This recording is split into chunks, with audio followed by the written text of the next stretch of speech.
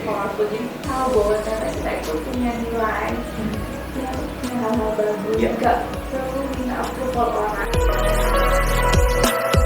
Recycle Bin Podcast. Latihan daur ulang bermanfaat. Yeay, welcome. Halo Mbak Pi. Hai, tuh muka lo happy banget Iya hari dong, ini. happy walaupun pakai hitam-hitam tapi tetap happy. Oh, Lu warnanya merah-merah nih, bersemangat kayaknya. oh, ternyata hujan. Dia bikin suasana jadi mellow. Sahabat. Oh, hari ini mellow. Hujan tuh Ah, kan pasti kayaknya teduh, iya. Tapi Yang positif selimut. dong, yang positif dong. Tapi Teduh. selimut. Tarik selimut Bobo lagi. lagi. Gimana kabarnya hari Baik, ini? sehat. Sehat. Alhamdulillah ya, selama pandemi ini sehat kan diri? Sehat juga, alhamdulillah. Alhamdulillah. So, kita balik lagi nih di podcast selanjutnya. Iya. Dan hari ini senang banget nih. Iya benar. Hari ini kita dari tadi nyanyi terus. Nah, terus kita kepikiran ya. Kira-kira kenapa sih apakah lagu itu bisa menimbulkan suatu mood tertentu, terus bisa mengubah dia yang tadinya mungkin sedih, terus karena dengar lagu itu jadi happy segala macam. Nah, Iya, dapat penguatan, afirmasi ya. Iya. Nah, hari ini makanya kita mau ngomongin masalah bukan masalah sih, tapi bagaimana sebuah lagu itu dapat mempengaruhi mood kita gitu. Iya. Ya nggak sih? Iya, benar. Kalau ini kalau kita lagi down, terus nggak ada yang bisa misalnya support kita, ya kita harus pinter-pinter ya Iya. cari sumber yang membantu kita. Ya salah satunya beberapa lagu tuh bisa bikin kita merasa kayak kita nggak sendirian, ada orang lain yang cheer up juga buat kita. Ya kak. Ngomong-ngomong, kalau misalnya lo lagi kondisi sedih, lo lebih cenderung nyetel lagu atau dengerin lagu mellow, galau, atau yang cheerful? Gue tergantung ya, dari tadi Tergantung. gue bilang nih kalau cuaca hujan gini, Iya. lagi patah hati, Mhm. gue pasti dengerin lagu mellow. Tuh kayak nangisnya makin Makin kejar. iya, makin kecil, makin enteng, kayak semua mendukung karena menangis itu kan juga menguatkan ya.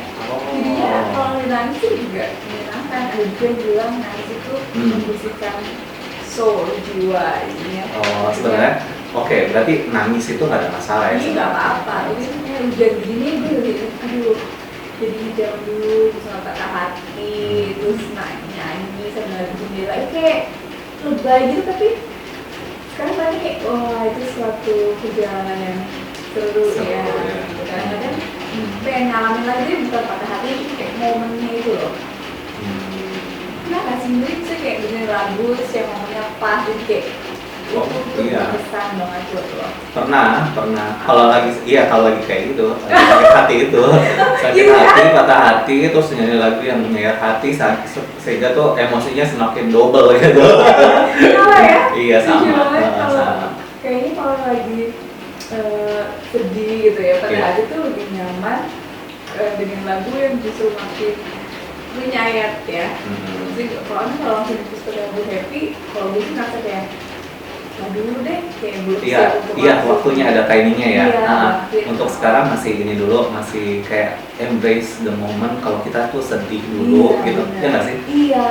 Tapi setelah itu ya bukan berarti terlalu larut juga sih ya. Iya. Kita harus sadar juga. Bener, nggak bisa. Kalau kelamaan kan nggak sehat kan. Iya, Tapi yang nggak sehat. ada momennya. Jadi kemarin gue habis baca buku dulu sedikit tentang Buddhism. Buddhism. Iya, Oke. How to Live Plain and Simple. Ah, Salah satunya tuh dia bilang kayak seeing, melihat atau menerima sesuatu, jangan ditolak. sih, oke. Jadi kayak yang misalnya sedih diterima sedih. Kalau itu tuh lebih kayak misalnya tadi craving pengen makan pizza, aduh gue pengen makan pizza nih gitu kan. Nah itu ya diem nanti nggak sehat lah, gue tuh nggak boleh gitu loh. Jangan langsung kayak gitu. Tapi terima bahwa aku mau pengen pizza, ya udah. Tapi saat ini belum bisa. Jadi jangan dibilang. Jadi misalkan nggak bilang gak boleh gitu, kan begini, tapi kayak oh iya aku emang craving pizza, diterima bahwa aku mau pengen makan pizza nih gitu. Jadinya menerima juga betul oke, tapi saat ini nggak bisa karena beberapa hal yang diterima. Ya dulu jadi kalau sedih gitu kan ya emang sedih dengan mata hati kalau bilang sudah enggak nanti aja denial gitu ya. Kan juga udah lagi, tapi nggak mungkin dong itu seketika segitu, pasti ada sedihnya. Iya memang pasti ada dapat pasangan lagi, tapi kan sekarang lagi sedih. Nah biasanya lo ada ini nggak sih, maksudnya kalau dalam kondisi sedih kita bisa nggak sih ngukur gitu? Oke, gue sedihnya misalnya let's say itu cuma pengen 2 hari aja gitu. Pernah nggak sih kayak gitu? Gak bisa kalau gue sih kayaknya pakai term gitu, kayak gue nikmatin aja sih. Oke. Iya harus dinikmatin sedihnya. Terus bounce back-nya lagi, maksudnya biar bisa ini lagi gimana? Biasanya tuh kalau gue pribadi ya, dinikmatin, terus nanti ada momen gini aja sih kayak kayak nggak bisa kayak gini terus, jadi kayak di something tapi jadi step gitu. Misalnya cuma ayo bangun pagi, kalau kita lagi iya. dalam kondisi nggak sehat secara mental, susah loh karena ada Ya bangun pagi aja susah ya. Gitu, jadi misalnya ya kita juga harus kayak mencatatkan kali ini berapa hari nih gue kayak gini gitu kan. Nah itu gitu, udah lebih seminggu itu kan juga berarti udah enggak pas nih gitu, berarti itu bisa tinggi. Sekali lagi kitanya juga masih aware. Nah kalau teman-teman yang memang sampai kebablasan tuh dalam bersedihnya atau gimana, mungkin karena mereka nggak aware, maksudnya kayak belum terbiasa dengan menjaga dirinya sendiri. Iya. Dan butuh sebenarnya ya baik juga ya kalau misalnya kita punya teman dekat gitu ya, sahabat atau apa, untuk menguatkan juga ya. Jadi mereka tahu kondisi kita seperti apa gitu. Mungkin kita butuh kalau sendiri kadang-kadang suka ya gitu deh, olengnya kelamaan gitu ya. Terus kalau ada teman mungkin sahabat fungsinya itu untuk mengingatin. Lu kelamaan nih gitu atau gimana. Yang intinya sih diterima. Kalau misalkan ada orang teman gue SMA nih bilang, ya gue gak suka sama itu, tapi gak tau ya udah dinikmatin aja rasa sukanya. Gitu gak bisa ngapa-ngapain kan. Tapi ya emang perasaan kita waktu itu sama dia kayak gitu ya, emang sedih ya, gak berbalas kan. Tapi ya emang suka sama kayak kita ngefans sama aktor, misalkan kayak ibu gue atau kayak gue sama aktor Korea gitu kan. Ya suka, gue tapi kan kita tahu itu nggak mungkin, agak susah ya gitu kan, agak susah gitu. Susah ya kan, kontrolnya terlalu besar gitu ya, jadi ya we're enjoying, semua orang tetap suka aja dari fotonya, jadi caranya oke. sayang atau suka ada orang juga caranya. Intinya menerima. Menerima. Tadi yang ngomong-ngomong tentang buku Buddhism tadi, seeing terus menerima.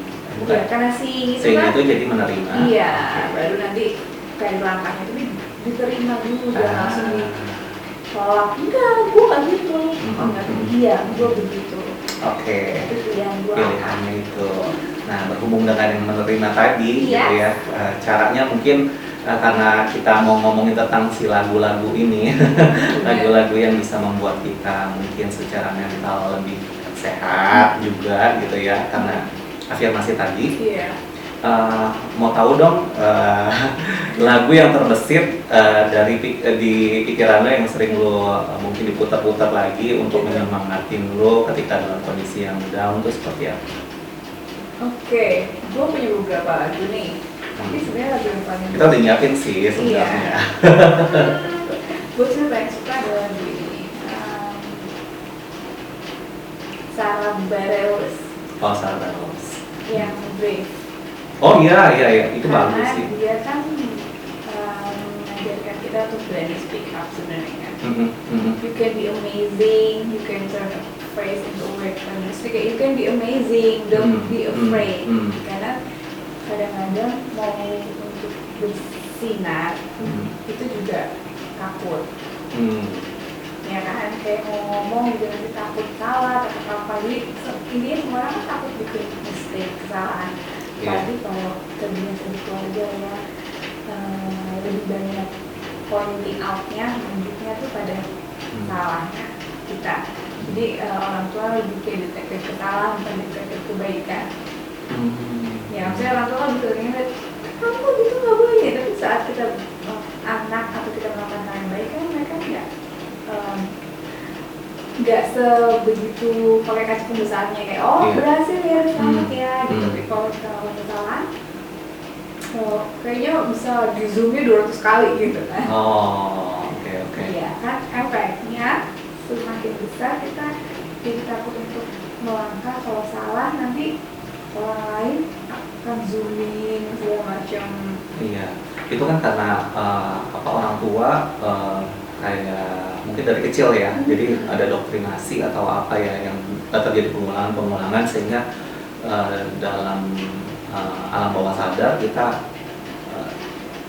disuruh untuk jangan terlalu speak up gitu ya. Iya, jadi speak up ini kan kayak do something juga gitu loh. Jadi mau ini keluar kayak gini sesuatu yang vulnerable. Kayak kita nggak tahu kalau kita mau ke sana hasilnya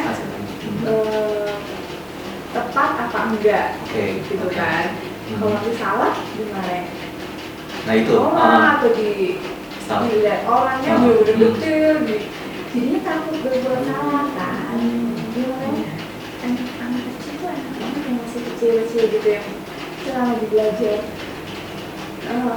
jalan kan, jatuh dia nggak takut kan, nggak sakit, dia jalan lagi. Itu kan anak sekolah gitu kan, pulang sekolah bareng sama temennya itu ketawa lagi.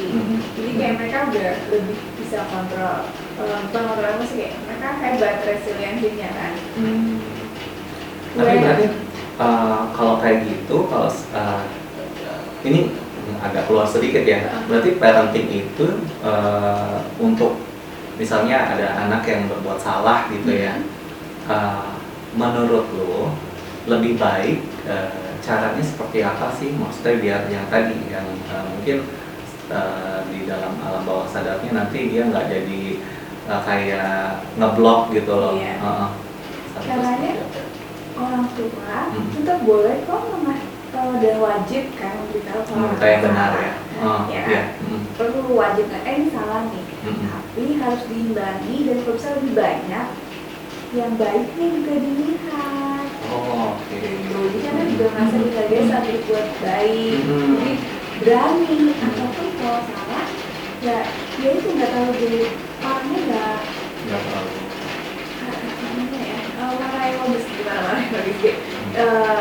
dipahami bahwa mereka berkesalahan, tapi juga nggak kasih harga mati itu salah, nggak begitu lagi kamu langsung jelek bla bla bla anak labeling.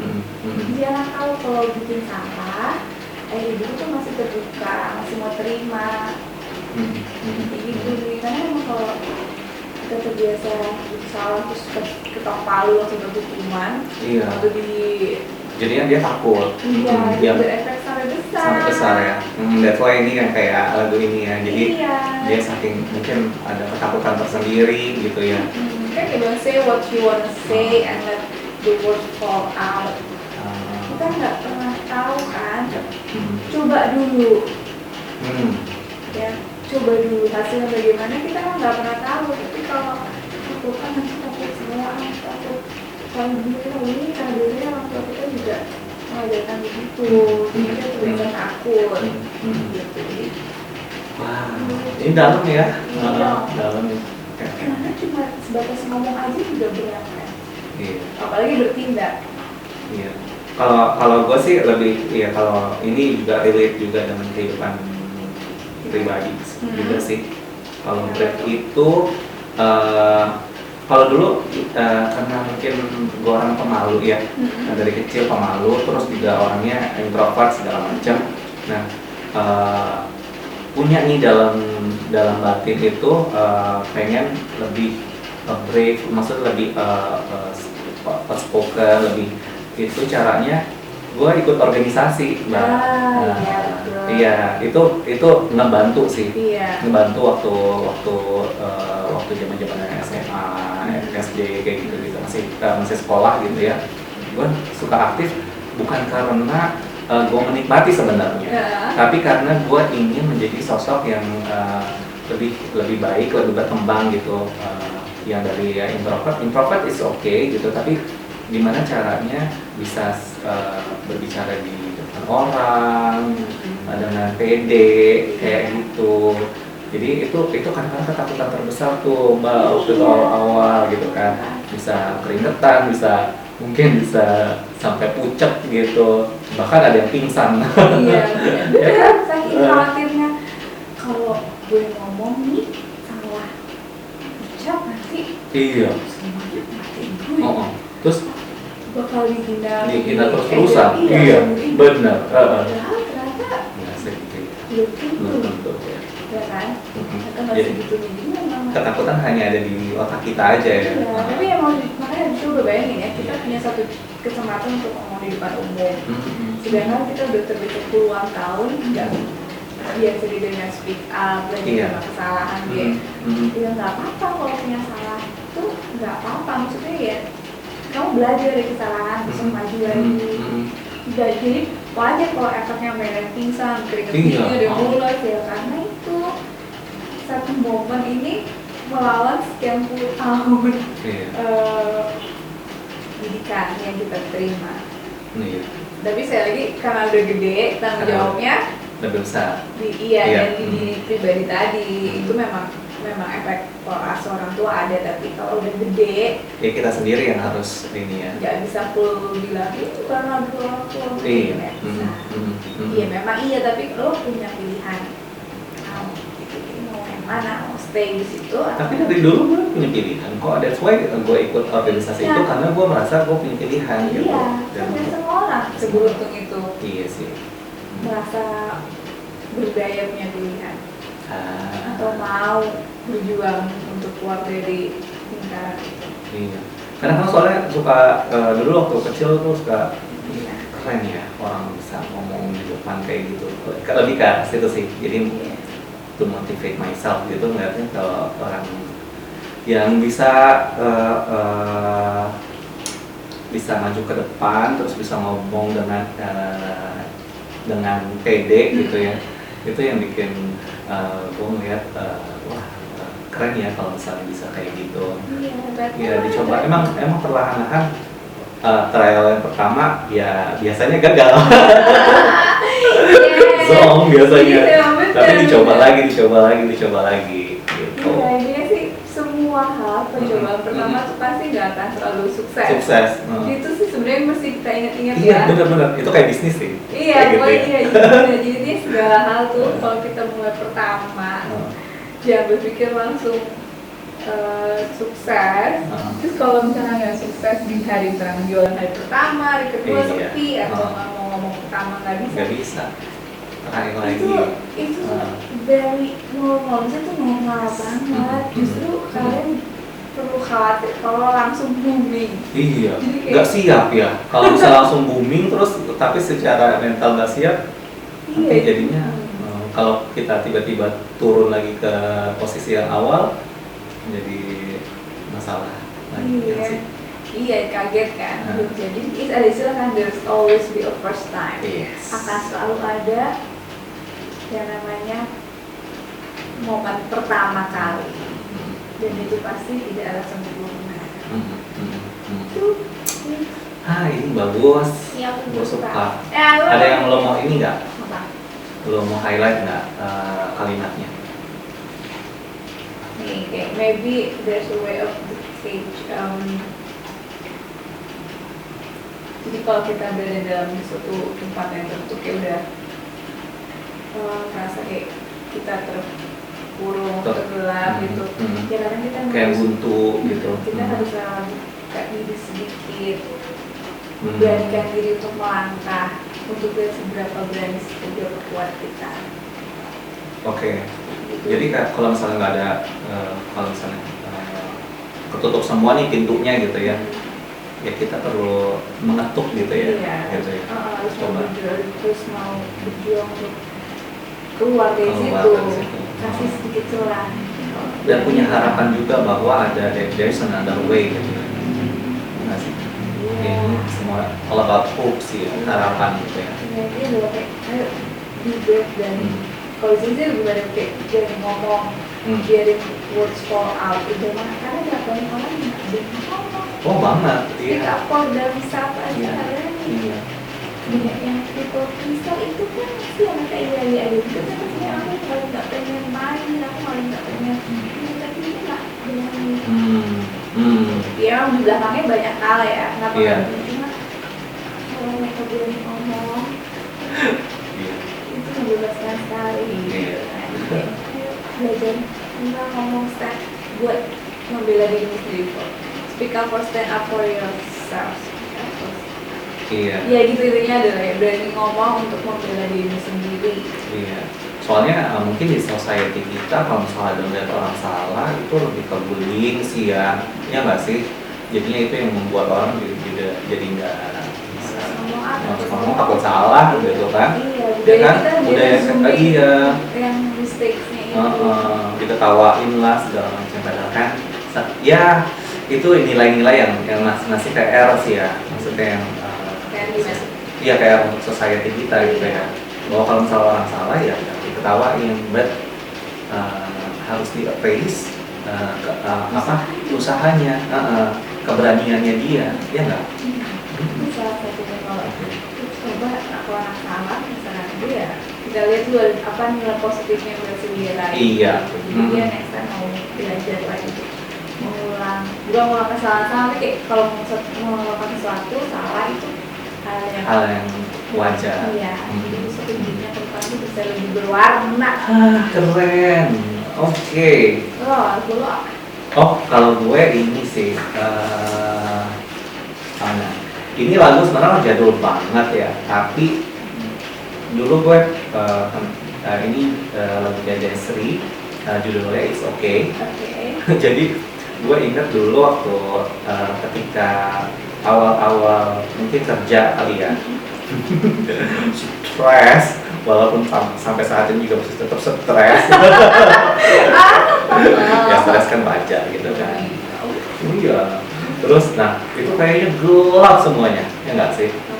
Kayaknya sesuatu hal kalau gue ya, yang gue alami waktu dulu tuh kayak semuanya tuh kenapa ya aku melakukan ini kayaknya salah, melakukan itu kayaknya salah juga gitu ya, disalahin segala macam ya, biasa pressure dari semua orang gitu ya, semua side gitu kan.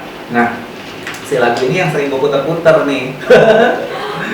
Nggak apa-apa, kalau soalnya di sini dia benar-benar kayak ini banget sih, kehidupan sehari-hari. Jadi kayak di sini sun is up, should be feeling great. Maksudnya kalau misalnya pagi hari ada cahaya matahari, seharusnya itu sesuatu hal yang baik ya, gitu kan. Itu kan awal mula hari yang baru, harusnya hari yang baru tuh kita bersyukur gitu kan. Tapi itu malahan kamu merasa hari ini tuh hari yang sangat berat. Nah itu sangat relate dengan Monday. Okay. Hari Senin tuh kayaknya rasanya tuh udah kayak monster. Monday itu monster day kalau misalnya. Baiklah. Nah, a busy day, got a lot to do. Jadi waktu hari Senin itu kita udah berpikir nih banyak banget nih yang harus gua kerjain nih di hari Senin. Makanya that's why hari Senin tuh kayak nightmare banget gitu. Mau hari ini sih biasanya mau Minggu sore itu udah mulai kayak kepikiran, aduh besok Senin nih gitu kan. Nah biasanya suka muterin kayak gini. Paling sana tuh hari Jumat kalau gue juga. Karena tahu kan besok hari Sabtu. Nah kalau Sabtu, aduh besok Minggu. Tinggal sehari liburnya. Oh kalau lo itu, kalau gue ya lebih ke Senin sama misalnya closing, lagi closing akhir bulan. Karena kan target kan kayak gitu. Terus lucunya nih, have you had you think you caught a flu? Jadi saking bebannya kepikiran, terus lu merasa kayak lu tuh pusing, terus psikosomatis. Ini lagunya psikosomatis, jadi kayaknya relate banget waktu dulu tuh gitu. Jadi terus dia bilangnya apa? Terus ya pokoknya dia ngasih tahu tentang kondisi-kondisi yang sebenarnya pada umumnya orang juga mengalami hal yang sama gitu ya. But it's gonna be okay kok. Ini akan baik-baik aja gitu. Nah ini yang seperti ini yang gue selalu suka dengerin karena oke, baik-baik aja kok, nanti enggak. Iya, kita nggak bisa kontrol akan masa depan gitu seperti apa, ini nggak sih? Iya. Ya intinya kayak ada yang penting kita prepare, iya. kita prepare kayak gitu.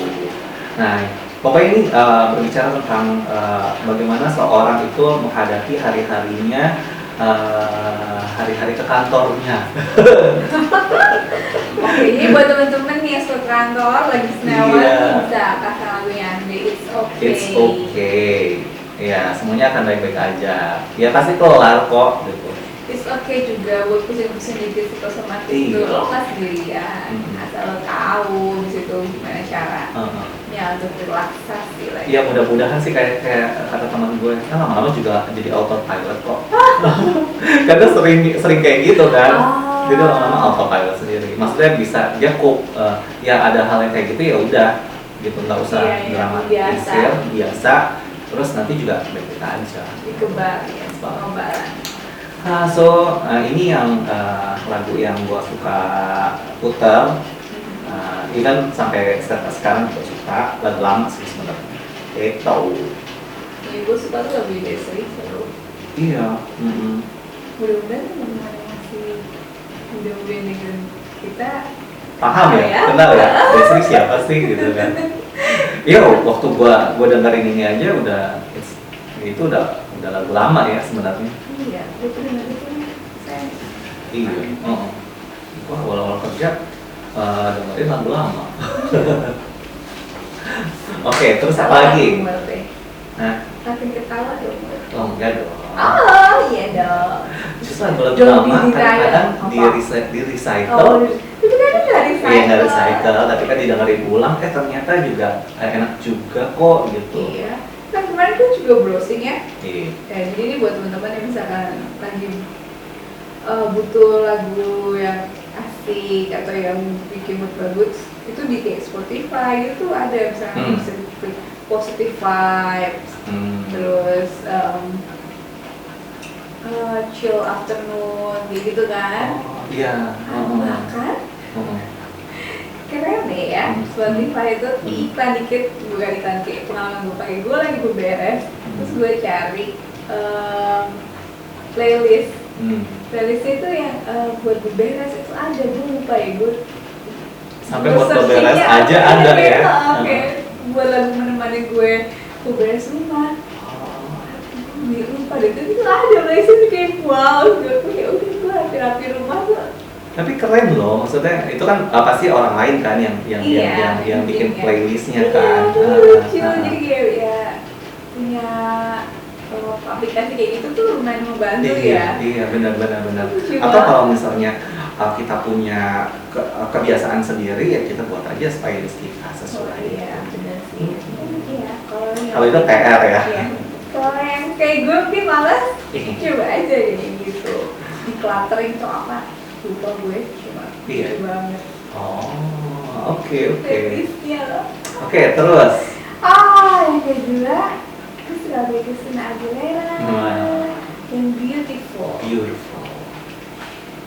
Ya, bagi sekarang kan banyak hal ya. Kayak itu, ya kan? Lo kalau misalnya denger ini lebih ke ada momen sedih karena sekarang kan mulai lebih terbuka ya. Kalau karena sekarang lebih terbuka tuh memang supportnya lebih besar ya dari masyarakatnya. Kalau di Indonesia sih enggak seperti cuma di barat tuh supportnya sangat luar biasa. Cuma kalau untuk yang kayak di Indonesia masih dalam posisi kayak gitu terus nggak bisa coming out ya ini nanti bisa sedih. Mudah-mudahan bisa bikin mereka merasa lebih baik, lebih nyaman. Gitu. Mereka masih manusia. Yes. Mereka juga pasti berjuang untuk lebih baik, mereka pasti yang lebih baik. Nggak ada yang pengen. Ini sebenarnya cerita tentang lagu orang-orang yang ditolak dari lingkungan masyarakat. Iya. Ya. Jadi kalau sekarang kan lagi apa ya, lebih baik disorotkan itu karena emang mulai booming kan. Iya. Itu jadi ya, gue tiba-tiba kayak ingat kayak ya. Karena banyak musuh gini.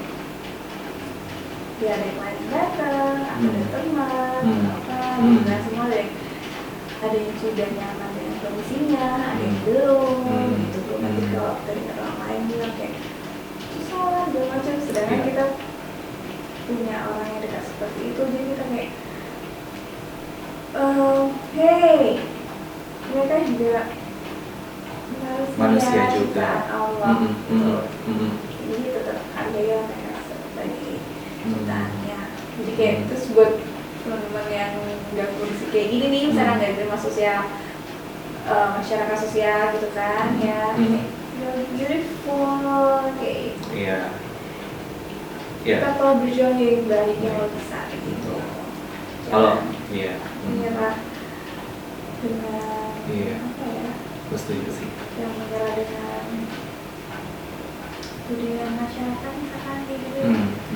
Jadi ya, ayolah berjuang, cari. Kalau memang nggak ada orang, carilah komunitas yang bisa menerima. Iya.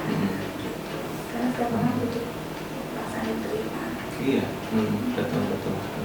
Kalau punya teman-teman misalkan ya dalam kondisi LGBT itu jangan dimarahin gitu. Terima dulu mereka, karena itu butuh diterima juga. Makanya gue salut banget sama parents, orang tua yang mampu menerima anaknya dan terus seperti itu. Kan luar biasa ya orang tuanya. Betapa besar hatinya memang. Dan karena orang yang harus menghadapi masyarakat adalah orang tuanya akhirnya. Tapi anaknya kan nggak kemana-mana, masih dalam pelukan orang tuanya.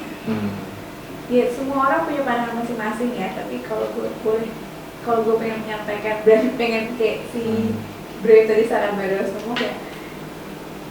Gue lebih salut sama orang tua yang mau membukakan hati untuk anak-anaknya yang sampai LGBT itu. Karena mereka juga butuh lingkungan terdekat. Ya, gitu. Jadi orang tuanya yang salut banget sih. Berat ya. Sorry ya, gue jadi kayak enggak sih. Tiba-tiba jadi kayak gitu sih. Kalau gue soalnya agak ringan, bukan agak ringan sih, cuman maksudnya kalau gue dulu nih, gue inget nih dulu waktu zaman SMP kalau nggak salah, dan Beautiful itu kalau misalnya gue dengar ya liriknya, jadi orang-orang yang kalau misalnya ngeliat iklan kan ya, stereotype orang cakep tuh kan yang putih lah, yang beginilah gitu. Jadi kadang-kadang orang yang mungkin dengan berkulit yang berbeda, kulit lebih gelap, atau mungkin yang lebih berbeda lah dengan society pada umumnya gitu, yang dilihat sebagai itu, merasa nggak bagus, nggak cantik, nggak ganteng gitu ya. Padahal belum tentu gitu. Jadi bukan belum tentu, tapi memang dia memang cantik dan ganteng ya untuk dia sendiri gitu ya. Jadi dia nggak boleh, bukan nggak boleh, maksudnya harus menghargai, harus menghargai diri sendiri gitu ya. Karena kan waktu kalau ngeliat zaman-zaman SMP tuh kan kayak orang ada geng-geng yang populer gitu, kalau ngeliat tuh kayak iri gitu segala macam gitu kan. Tapi kan kalau misalnya menurut gue sih everyone, semua orang itu ada tempatnya, dan cantiknya itu atau gantengnya itu atau beautifulnya itu masing-masing punya angle sendiri gitu. Nih tips dari gue saat kita merasa nggak beautiful adalah bikin daftar apa yang aku suka dari diriku. Bikin sebanyak-banyaknya. Kalau perlu non-stop list di hari ini 10, besok tambahin 3 lagi, besok 6 lagi, tambahin 2 lagi. Pokoknya itu nggak berhenti apa-apa. Itu jujur ya, kadang-kadang aku juga merasa nggak worth it Iya. atau gimana ya. Namanya jujur namanya hidup tuh naik turun. Jadi kalau lagi kayak gitu ya gue balik kali tulis kayak gitu atau nggak gue tulis ya di situ buat gue sih cukup membantu ya. Oke. Powerful, jadi tahu bahwa ternyata kita itu punya nilai, punya hal-hal bagus. Yeah. Gak perlu minta approval orang. Yeah. Kalau kita pertama approve bahwa kita ini worth it, kita beautiful, kita layak dicintai, that's enough. Yeah. Karena Yeah. kalau nggak nanti kita juga sama orang jadinya Yeah. nggak layak dicintai Yeah. kalau aku begini. Yeah. Aduh, Yeah. berat kalau udah gitu. Jadi balance up-nya kayak baliknya lagi yang harus ada di kita dulu awalnya. Kalau yang dari Mbak Pi sampaikan tadi bahwa kalau misalnya teman-teman yang punya kepercayaan diri yang kurang atau yang bahkan cenderung tidak ada gitu ya, harus pintar-pintar nih untuk menulis lagi nih, bercermin gitu ya, bahwa ada kok sesuatu yang bisa kita banggakan dari diri kita sendiri. Iya. Nah, itu harus ditulis ya Mbak Pi Iya, ya. harus tulis itu pokoknya bikin daftar Penting ya. tadi. Jadi kita tahu bahwa kita ada nilainya. Nilainya, betul. Ada hal cantik, betul. hal indah. Hal yang indah dalam diri kita gitu ya. Iya, betul. Dan bukan hanya fisik aja, tapi Iya. juga mungkin karakter kita, Iya, betul. gitu ya. Betul, semuanya pokoknya boleh apapun. Apapun. Fisik, Mm-mm, skill, Iya, skill betul. karakter. Oke, selanjutnya ini masih penyanyi yang sama. Oh, oke. Gitu ya. Yeay. Christina Aguilera juga. Yes. Terus ini lu memilih Reflection ya. Iya. Nah, Reflection sebenarnya agak mirip sama yang tadi ya. Yang mana nih? Yang maksudnya kita harus bercermin gitu. Oh, iya, benar. Iya, kalau misalnya dari kalimatnya sih itu sih. Tapi gue gak tahu deh. Kalau menurut lo apa sih yang terkandung dalam pesan yang terkandung dalam lagu ini? Ini kan lagu umum ya, Andri ya Umum, sebenarnya, tapi oke. sebenarnya deep ya. Saat simulannya ngaca, Iya, saat simulan yang ngaca terus itu bukan gue. Gue nggak pengen kayak begini. Ini bukan gue sebenarnya gitu. Jadi kurang lebih itu biasanya muncul pada pribadi-pribadi yang nilai dan norma sosialnya diadaptasi itu banyak banget, nilai, norma, prinsip masyarakat itu diadaptasi sebanyak mungkin. Jadi misalkan contohnya paling gampang misalnya dari cara berpakaian dulu deh ya. Misalkan dia berbeda. iya, yang dia tahu kalau pakai baju tuh harusnya begini. Tapi pas dia ngaca gue nggak suka. Tapi kalau gue nggak pakai baju gini, nanti dianggap teman-teman gue nggak Aneh. gaul, atau aneh, terus nggak diajak main. Itu paling gampang luar, apalagi karakter dalam diri kita ya. Misalkan Iya. gimana ya? Oh, teman-temannya sukanya misalkan shopping, belanja, ayo kembaran dong, samaan yuk, gini. Tapi karena dia nggak berani speak up, belum berani melihat siapa dirinya, jadinya ikut aja. Tapi sampai rumah ntar mungkin sedih atau enggak, kayaknya ini bukan gue deh. Kok setiap diajak pergi sama temennya, kok gue agak malas ya. Oh, berarti sebenarnya dia perlu tahu bahwa teman gue, lingkungan gue tuh sebenarnya seperti yang lain, tapi dia harus berani untuk pindah setir karena yang dia tahu yang baiknya secara masyarakat ya, kayak tadi kulit tuh harus putih misalkan, Iya. langsing tuh begini, sedangkan gue enggak. Jadi dia nggak berani. Jadi reflectionnya kayak ya gitu. Kalau dulu kan simulan anak perempuan nggak boleh berperang, nggak boleh beraktivitas kayak Kartini gitu kan. Iya, benar. Ya disuruh nikah muda. Tapi aku nggak kayak gini gitu. Kapan aku bisa menunjukkan siapa aku gitu. Iya, itu bagus banget ya sebenarnya ya. Sampai Itu sekarang ya. sampai usia tua juga kadang-kadang masih ada kok orang tua yang misalnya Masih belum berani ya. Iya, untuk- angkatan orang tua kita juga paling masih ada yang kayak gitu. Aku tuh, iya, ayah atau mama nggak berani gini kan, nanti coba kalau kayak gini nanti dilihat masyarakat gimana, dilihat tetangga gimana, ya kan? Kita sering kok dengan kata kayak gitu. Oke, kalau menurut lo tips ini kan karena lo sudah punya anak gitu ya, berarti lo membiarkan atau bagaimana caranya sebagai seorang ibu gitu ya bisa membuat memold anak itu ya sesuai dengan kepribadiannya dia juga, jadi jangan sampai juga kan nggak enak ya kalau misalnya keluar dari nilai-nilai yang ada di lingkungan itu juga Iya. kadang-kadang nggak enak dan membuat mereka strong itu gimana, Mbak? Gue kan masih belajar Masih juga belajar ya. ya? Oke. Mungkin cara gue juga nggak sesuai dengan cara Orang orang lain. Mm-mm. Tapi prinsip yang gue pakai adalah jadilah orang tua Mm-mm. seperti waktu kamu jadi anak-anak, kamu mendambakan orang tua yang seperti apa.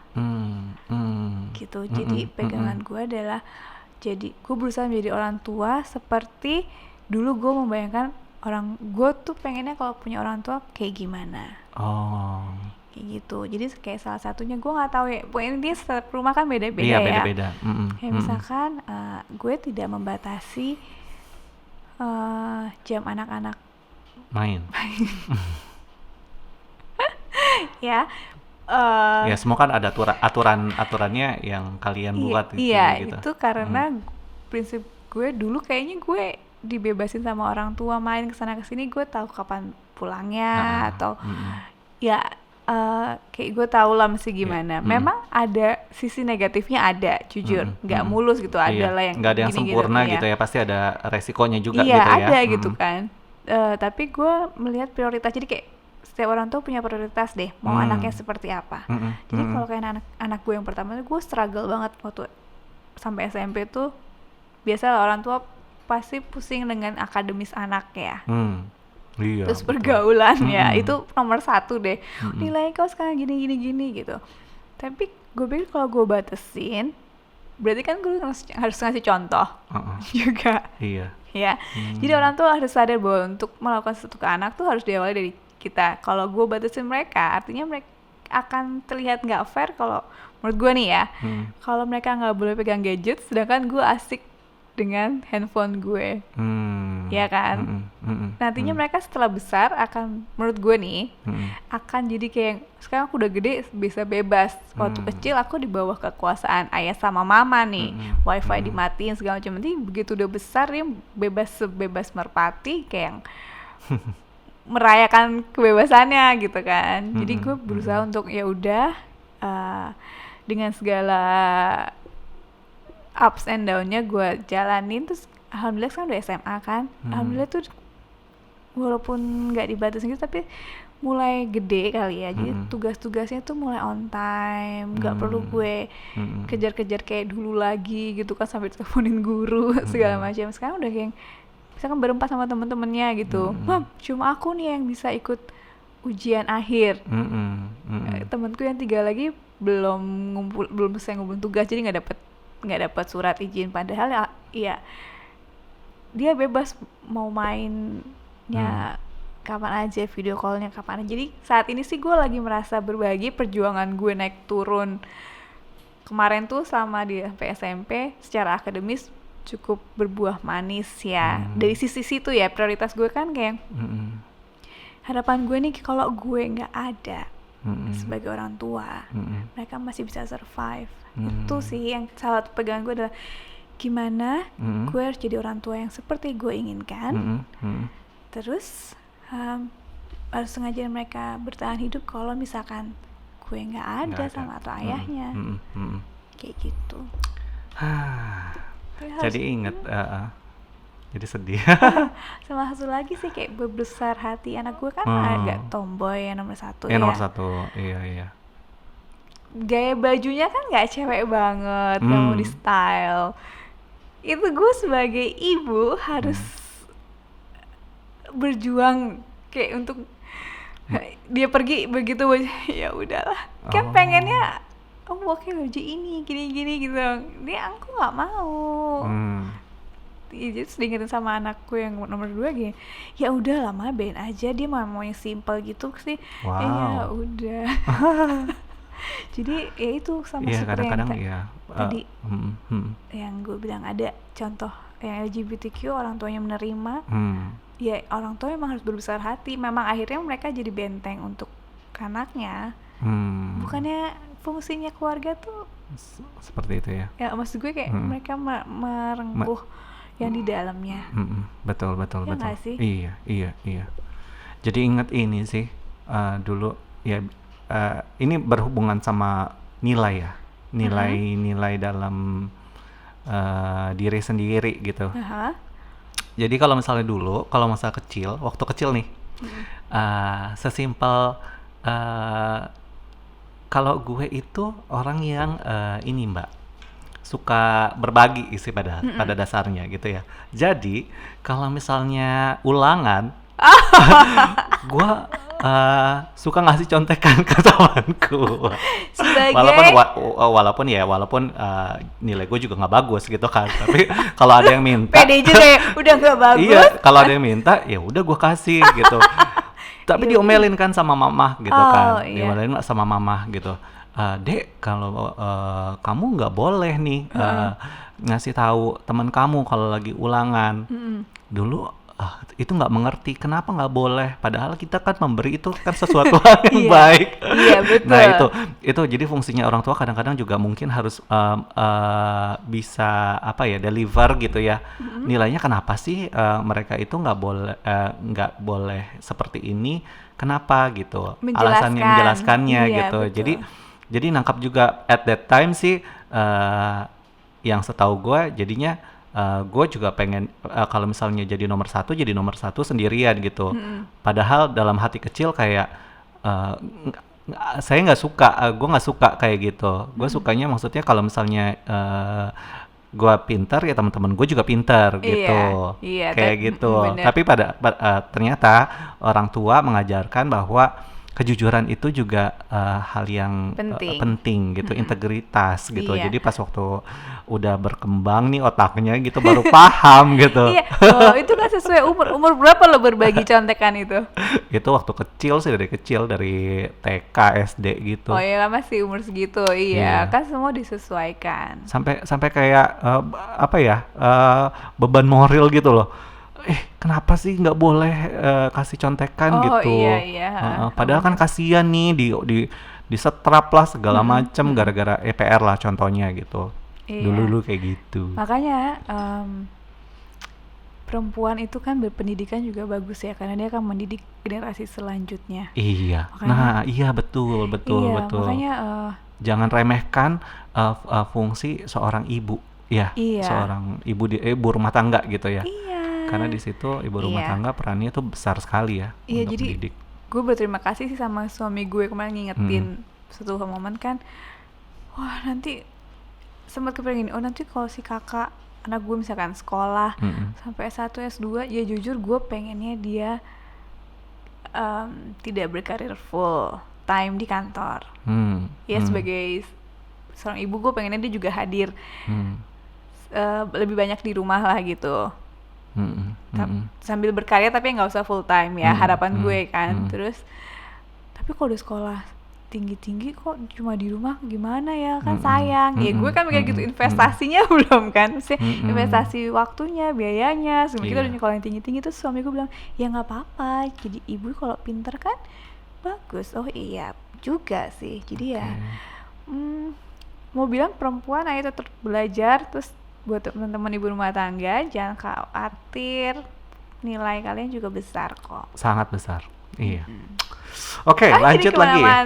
Jadi kalau lagi bisa buat teman ibu rumah tangga kayak ini bukan gue, nanti ada kesempatannya berkarya kok. Kalau anak udah agak gede, santai deh. So Reflection, it's another a good song gitu. Iya. Ada lagi yang lainnya, mungkin dari gue ya. Dari lo dong, Dri, gantian. Oke, dari gue ini sebenarnya lagu Indonesia aja deh. Lagu Indonesia ini Ayo. dari Yura Yunita, Merakit. Nah, jadi kalau lagu ini sih menceritakan tentang ketika seseorang yang ingin, dalam kondisi down, kondisi yang ya tadi nggak bisa gagal, yang gagal gitu. Hey, kenapa minta maaf? Kenapa Lo barusan. gagal? Jadi harusnya dia sadar bahwa kegagalan itu nggak apa-apa gitu. Itu adalah pelajaran juga, dan ayo sama-sama berjuang kembali, terus maju gitu loh. Jadi ini gue suka sih ketika jadi ini ada kalimat, keterbatasanku jadi kelebihanku, jadi kekuatanku keistimewaanku. Wow, itu dalam loh Iya. keterbatasanku. Jadi buat gue nih kayak contohnya yang tadi, orangnya mungkin secara itu gue pemalu segala macam, pemikir gitu. Gue memikir bahwa dulu itu adalah kekurangan gue gitu, tapi itu juga bisa jadi kelebihan gue ternyata gitu. Jadi ada fungsinya juga gitu. Iya, Bahwa, benar. kayak gitu. Terus nggak apa-apa terjatuh, tak apa terjatuh, bangkitlah dan tersenyumlah. Wah. Iya. Jadi it's okay kalau misalnya gagal, bangkit lagi. Iya, tapi gue jadi masih terngiang-ngiang itu tuh Apa? yang dia bilang keterbatasanku jadi Kelebihanku. ya itu tau kekuatanku kayak bagus karena Mm-mm. ya memang kita semua punya keterbatasan. Pasti. Jadi Mm-mm. maksudnya kayaknya dia mau Manusia. bilang kita tuh pasti punya keterbatasan, tapi jangan sampai itu menghentikan langkah kita. Iya. Iya Mm-mm. kan, Mm-mm. kayak gitu. Mm-mm. Ini sama seperti si Andra Day yang gue suka juga, Rise Up. Jadi kalau misalnya gagal, ya ini more or less ya pesannya juga agak sama. Jadi kalau misalnya kamu gagal, terus ngerasa kegagalan itu jadi sesuatu yang gelap, kalut segala macam dan gak ada harapan lagi, percayalah kalau Tuhan tuh ada gitu Oh yes. dan bisa menolong. Maksudnya kita harus percaya kita punya harapan. Nah itu yang si Rise Up ini yang gue dengerin juga gitu. Iya, memang kalau lagi dalam posisi suasana hati yang nggak oke, banyak emosi negatif tuh Iya. harapan emang hilang sih. Iya, itu bahaya sih kalau lagi harapan. Jadi emang mesti nah bantuan ya either cuma ke Iya. teman atau ke profesional, tetap harus minta minta tolong, betul. gitu. Karena kalau udah nggak ada harapan kan there's no kayak nggak ada Iya. kehidupan ke depan, itu udah nggak enak banget kan. Jadi carilah bantuan. Makanya penting banget nih dari sekarang gitu ya. Maksudnya kalau misalnya teman-teman rasa-rasanya gitu kok sendirian segala macam, ya penting kita membangun relasi baik ke teman atau keluarga, itu penting ya. Iya. Jadi itu juga kayak buat kita merasa tidak sendiri gitu ya. Iya. Ya mudah-mudahan keluarganya atau temennya dia bisa nyaman. iya. Kan tahu sendiri kalau apalagi biasanya kalau mereka lagi berbeda.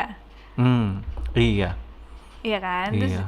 Kalau lingkungan yang sekarang kayak nggak terima, ya makin habis dong. Iya, makin habis. Pulang ke rumah juga makin di rumah dihabisin sama keluarga. iya. Cari that's why we should believe kalau ada komunitas lain yang bisa menerima kita. Gue tuh pengen bikin grup terapi dengan terapi kelompok yang sama-sama punya cerita atau kesulitan hidup yang sama, terus kita ngumpul bareng, sharing, jadinya nggak sendirian, saling menguatkan. Kan kalau kita lihat di film barat kan suka ada ya pertemuan ini yang adiksi alkohol atau yang survive dari apa, pengen kan jadi biar semua tuh merasa Iya. ada teman bergandengan, karena kan belum tentu orang yang dia ceritain yang tidak merasakan, yang tidak ada pengalaman itu belum tentu bisa meresapi apa yang dirasakan. Misalkan cuma bilang sabar atau apa, kan kadang-kadang kita nggak puas ya. Jadi kalau sesama teman itu kan mereka bisa saling bercerita, terus mungkin ada yang berhasil keluar dari tempat yang nggak nyaman itu, bisa lebih stand up, speak up, kan temannya juga ada harapan, bisa saling mengajarkan. Terus kalau diajarin sama atau dibagi ilmu dari mereka yang punya pengalaman sama, pasti lebih mudah relate-nya, karena perasaannya sama dibandingkan sama yang belum pernah merasakan. Iya, kecuali ke sama profesional ya, kayak ke konselor, psikolog, psikiater, mereka pasti akan berusaha memahami sudut pandang lo gitu kan. Tapi kalau kayak kalau masyarakat kayak keluarga, teman, terkadang gak semuanya bisa memahami kan, semua cuma taunya harusnya begini gitu kan, but you don't know. Tapi mereka nggak tahu bagaimana perasaan atau dinamika di dalam pribadinya si teman yang mau cerita. tertuntut. Oke, tapi dengan kondisi sebenarnya ya, kalau dari pengalaman, kalau untuk yang mungkin 10 tahun yang lalu atau 20 tahun yang lalu memang agak lebih susah. Karena kan maksudnya sosial media, terus aplikasi itu gadget segala macam itu kan belum begitu berkembang ya. Kalau sekarang sebenarnya bisa kok Mbak, lebih kita dimudahkan dengan aplikasi-aplikasi yang ada komunitas gitu. Jadi di situ benar-benar setahu gue ya, jadi ada beberapa aplikasi yang memberikan memang dia buat untuk membuild komunitas. Jadi kalau misalnya mau cari kayak komunitasnya, dia sukanya orang yang suka crafting gitu ya. Dan dia cari kan ya, itu dengan mudahnya sekarang bisa dicari. Atau mungkin introvert nih, gue pernah waktu itu ikut salah satu komunitas tentang introvert gitu. Karena kan kayaknya pengen tahu juga nih gimana sih kalau misalnya seorang introvert itu how to handle society, terus gimana cara dia berkarir biar dia lebih itu ikut gitu. Jadi gitu. itu kayak gitu keywordsnya apa nih? Atau kalau carinya di sosial media apa? Di sebenarnya aplikasi ada aplikasinya. Coba Gua lupa di-share. namanya apa gitu ya. Nanti cuman coba ditulis di Indonesia itu ini deh, description kali ya. Jadi buat teman-teman yang mau nyari yes. teman yang satu pengalaman komunitas itu, mereka tahu mau downloadnya aplikasi apa. Iya. Nanti kita di ini ya, di deskripsi ini kita munculin beberapa aplikasi yang bisa di-download. Tapi balik lagi ketika kita mau join juga, kita harus lihat backgroundnya atau profilnya, sehingga maksudnya nggak salah juga. Tapi nggak apa-apa kok, maksudnya sekali pertemuan kan kita bisa ngerasain apakah kita tune in atau merasa bagian dari komunitas itu apa enggak. Kalau enggak ya udah tinggalin, cari yang lain gitu. Iya benar, walaupun sama-sama introvert kan ada hal-hal yang lain ya. Jadi mungkin introvertnya beda-beda juga karakternya. Oh, itu ketemunya offline apa online? Dulu sih offline. Seru itu dong ya. kayaknya 2 tahun terakhir deh. Jadi ada kayak pertemuan yang introvert pernah, terus lari juga pernah ikutan. Tapi kan baliknya cocok nggak cocok ya. Kadang-kadang kalau misalnya cocok ya terus gitu, join terus eventnya gitu. Kalau nggak cocok ya udah. Ya kalau kayak mental illness gitu ada juga. Yes, ya. Jadi ada juga itu. Jadi iya. bisa ngebantu untung tuh. ngobrol sama Andri ya. Jadi gue tahu informasi terbaru kayak gini, seneng deh. Jadi gue inget ya, Into the Light itu salah satu itu juga deh kalau nggak salah. Into the Light. Coba nanti kita masukin deskripsi ya. Komunitas juga. Tapi komunitas yang dulu penyintas bunuh diri gitu. Alhamdulillah. Ya berpikiran kali ya. Suicidal thoughts gitu. Nah itu. Iya, itu kan perlu kayak mereka merasa nggak aneh, nggak apa. Ya sekarang lebih dimudahkan gitu dengan adanya sosial media, terus aplikasi. Tapi balik lagi kita juga harus punya ini ya, saringan-saringan juga ya. Jangan sampai maksudnya kita juga dimanfaatkan ya. Jadi harus hati-hati juga. Jadi kalau bisa sih ya kita juga harus lihat backgroundnya, profilnya segala macam sebelum kita masuk dulu. Gitu. Itu gede gitu, maksudnya jumlah sekali pertemuannya berapa orang? Enggak kan? Enggak sih, dulu enggak. Dulu waktu gue sih paling cuman ya enggak lebih dari 10 orang. Iya, jadinya lebih private ya. Apalagi yang introvert. Kalau introvert kan kalau misalnya banyak orang juga dia kan kadang suka mikir-mikir kan. Iya. Yang ada jadinya malahan bubar. Iya, either bubar, kalau enggak ya udah diam semua gitu. Karena takut ngomong. Iya. Baru kenal gitu kan, terus suruh ngomong rame-rame lebih. Iya. Iya.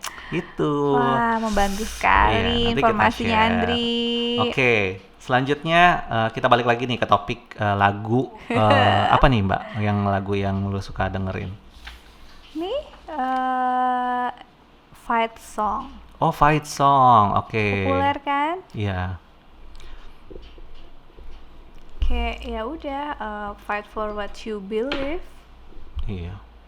Sekali lagi dia ngajarin ngomong all these things that I did. Semua yang nggak aku omongin, semua kegundahan yang ada di kepalaku. Aku bakal teriak nih malam ini, hari ini gitu kan. Kamu bakal bisa, can you hear my voice this time? Lu bisa denger nggak nih? Atau gawannya, gue udah teriak-teriak nih, orang-orang masih aja nggak mau denger kan, ada yang kayak gitu kan. Aku udah ngomong sama mama bapaknya kayak gini-gini, mereka masih kayak udah itu kayak gini. Nah, kan lama kan, jadi ya udah, this is your fight song, this is your, ini perang lo, medan tempur lo, ya lo berjuangnya ya. Kalau orang nggak di-approve sama sekitar ya, kalau memang kamu merasa ini tepat atau yakin atau pengen kamu coba, go for it. Tentunya dengan tahu konsekuensinya betul, apa betul. Gimana. Tapi jadi supaya nggak ada bilangnya bahwa aku nggak nyoba ini karena kata orang tua atau kata teman, kata ini lah. Kamu punya pilihan, gitu kan. Jadi kayak kalau di sini sih dia memang percaya diri, kayak ini waktunya aku untuk berjuang. Ya maksudnya untuk teman-teman yang merasa nggak disupport sama lingkungan, ya kayak ya berjuanglah, ini perjuanganmu, ini hidupmu, fight for your life. Yes, betul. Gitu. Iya, betul. Gue relate sama ini karena menurut gue life is battlefield. Iya, kalau misalnya nggak ada perselisihan segala macam, ya itu ada di surga kali ya. Flat sih sebenarnya, hidup memang harus ada dinamikanya. Jadi it's okay gitu. Kadang-kadang kita kalah, doesn't mean kita nggak akan menang anyway gitu kan. Jadi udah, ya begitulah hidup. Iya.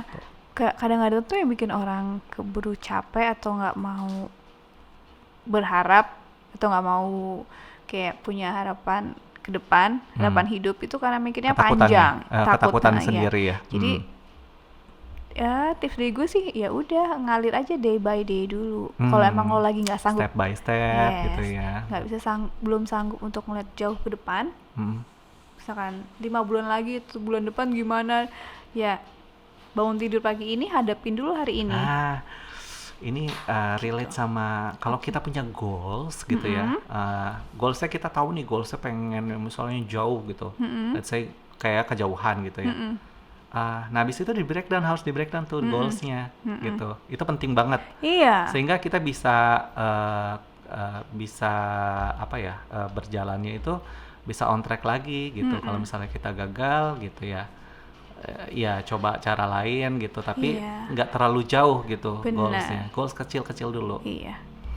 Goals kecil-kecil. Makanya kalau lagi yang udah drop banget itu bisa disarankan cuma yang udah, yang penting bangun tidur, bisa gosok gigi dulu, gosok gigi, udah makan pagi. Habis makan pagi tidur lagi nggak apa-apa. Tapi yang penting kayak gitu, small step. Anyway, sudah semua nih lagunya. Jadi gitu ya teman-teman ya. Semoga ini pembicaraan kita juga bisa relate dengan kehidupan kalian semua gitu ya. Bahwa ada sebenarnya lagu-lagu yang bisa kita petik hikmahnya gitu ya. Terus kita bisa aplikasikan dalam kehidupan pribadi sehingga kita lebih happy lagi, lebih bahagia lagi, lebih punya harapan lagi ya ke depannya. Berani menghadapi hidup. Betul. Oke, thank you so much Mbak Pi. Ya, sampai jumpa lagi.